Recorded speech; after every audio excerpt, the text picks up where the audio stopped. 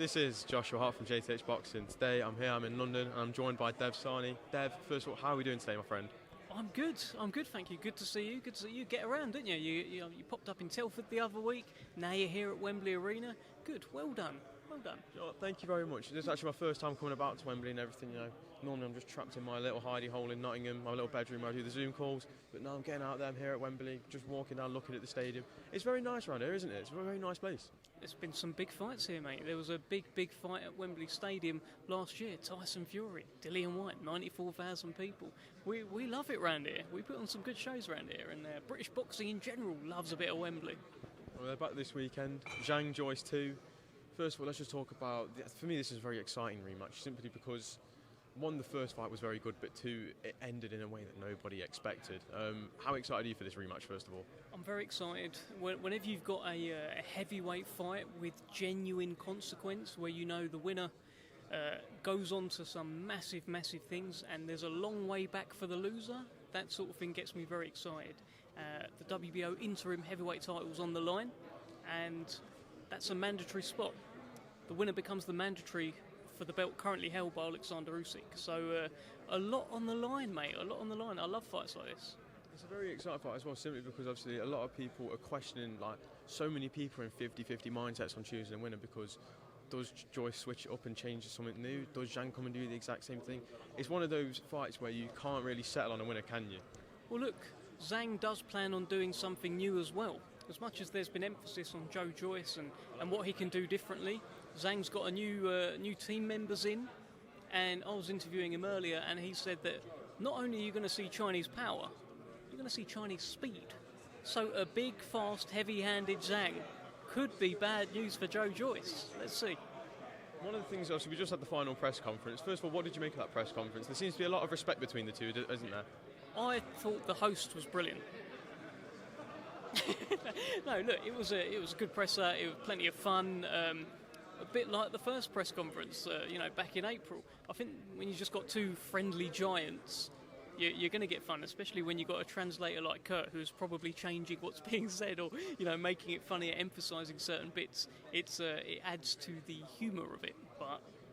All serious on Saturday night. There'll be nothing funny if Zhang just starts landing that backhand on Joyce's eye. That won't be particularly funny. No one will be laughing. So let's see. There's one thing I just want to mention. Coming down in person, actually seeing these heavyweights in person, they're massive. But another way you can tell is actually, when you post those pictures, it's a Zhang fight week when he's got a picture with his fist next to his head. It's the same size, isn't it? Mate, same size. I think his fist is bigger than my head. I'd imagine Joyce's fist is also bigger than my head. Maybe I've just got a small head, but I don't think that's the case. I think these are just absolute. I'm land of the giants whenever there's a heavyweight fight. And two monsters, 6'6", 200 and whatever they're going to weigh tomorrow. It's going to be not shy of 300 pounds. Big fight, big people. One of the things that really stood out to me about that press conference was the comments from Sean George saying that he doesn't trust the politics and he doesn't trust the judges of the UK. Now, I've just spoke to him about that and got a little bit more detail out of him as to why he thinks that. What do you make about that type of comment from Sean? I don't know. I think, look, both guys are going to try and stop each other anyway. I don't think he needs to bring stuff like that into it. It's one of those ones, when you look at this type of fight, some people coming up, and I'm asking predictions to people, talking to them in the media, and they're all saying, maybe points when I do not see this fight going the distance personally. I think it's almost impossible. When you've got two lumps like that, who both hit very, very hard, Zhang has shown before that he can tire late on into fights. Joyce has shown before that he never tires, but Zhang has shown he can hit Joyce frequently. So, I don't see it going the distance. I think another thing that's quite intriguing to me is where does the winner go from this? Because you look at Usyk, he's going to be tied up with the Hrgovic mandatory from what it seems. Fury's obviously got this Ngannou fight and probably won't be defending his title for another couple of months, I'd say. If the winner wants to stay active and if they get through Saturday safe and sound and want to fight again before the end of the year, who do they really go for? There's not many names out there, is there? I don't think it's even a thought right now. I think it's just a case of, when they all sat down up there and Zhang had that WBO interim belt, Joyce was trying to grab it off him. I think all they're thinking about is Saturday night. Anything beyond that is, they made that mistake last time. I think Joyce was asked a lot about Usyk and Tyson Fury and fights beyond this fight, and maybe took his eye off the ball. I don't think anyone's going to make that mistake this time. There must have been a lot of lessons learned on Joyce then, shouldn't there, after that first fight? Look, you would hope so. We'll find out on Saturday if the lessons have been learned. But I would imagine so. And the thing I would point to again is I think he respects Zhang's power and hand speed. And I think in the first fight it caught him off guard and caught him by surprise. And before he knew it, his eye was done because Zhang kept hitting him.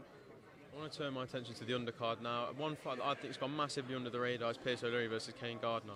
Obviously, Gardner holds a win over Conor Walker, who's just beat Cyrus Patterson. So that win, as you said on stage, it's aged very nicely, hasn't it?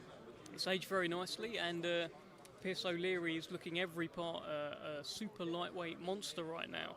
Some of his knockouts, his highlight reel knockouts, have looked tremendous, have looked quite scary at times, but this is the step-up fight that he needs, and he's got an opponent genuinely thinking he can win, and genuinely coming to win, and used to being in the opposite corner, and used to causing upsets. So I can't wait for this fight. It really is a cracker.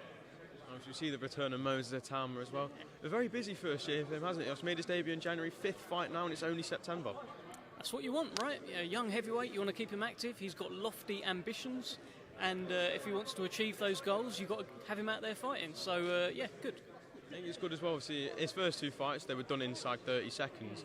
So after 2 fights, he's probably got a total ring time of a minute, and that's including counts going to 10. Obviously, the next 2, then we saw him go distance. Obviously, you said on the stage again, he's not looked happy after any of them. This weekend, if we see a stoppage, will he maybe crack a smile at least? Will he crack a smile?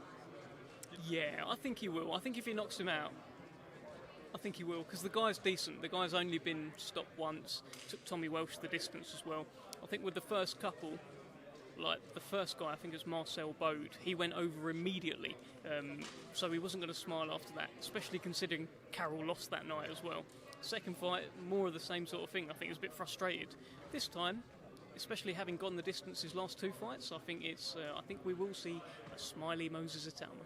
I think the one thing that was different from the first time I went to the distance to the second time is that he didn't seem as gutted in himself, obviously, because there was all this pressure put on him going into that 3rd fight of his career of he's the next Mike Tyson, he's knocking everyone out inside a minute. Obviously, you could see he was a bit down in himself after that, after his 3rd fight, but last time out in Telford, he seemed to be okay with going the distance. You know, I remember him saying backstage that his hands were hurting from punching Espindola's head so much.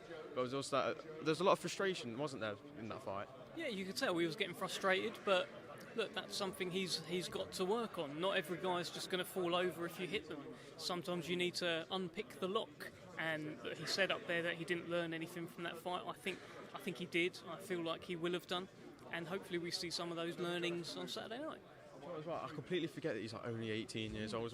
He's 1 year older than me, which makes it's quite shocking for me. You know, with me growing up, no one's ever near my age. I come and stay, and a man who looks probably 10 years older than me is only a year older than me. It's quite scary, isn't it? Yeah, it's quite scary. Scary for you. I assume you're not trying to pick a fight with him.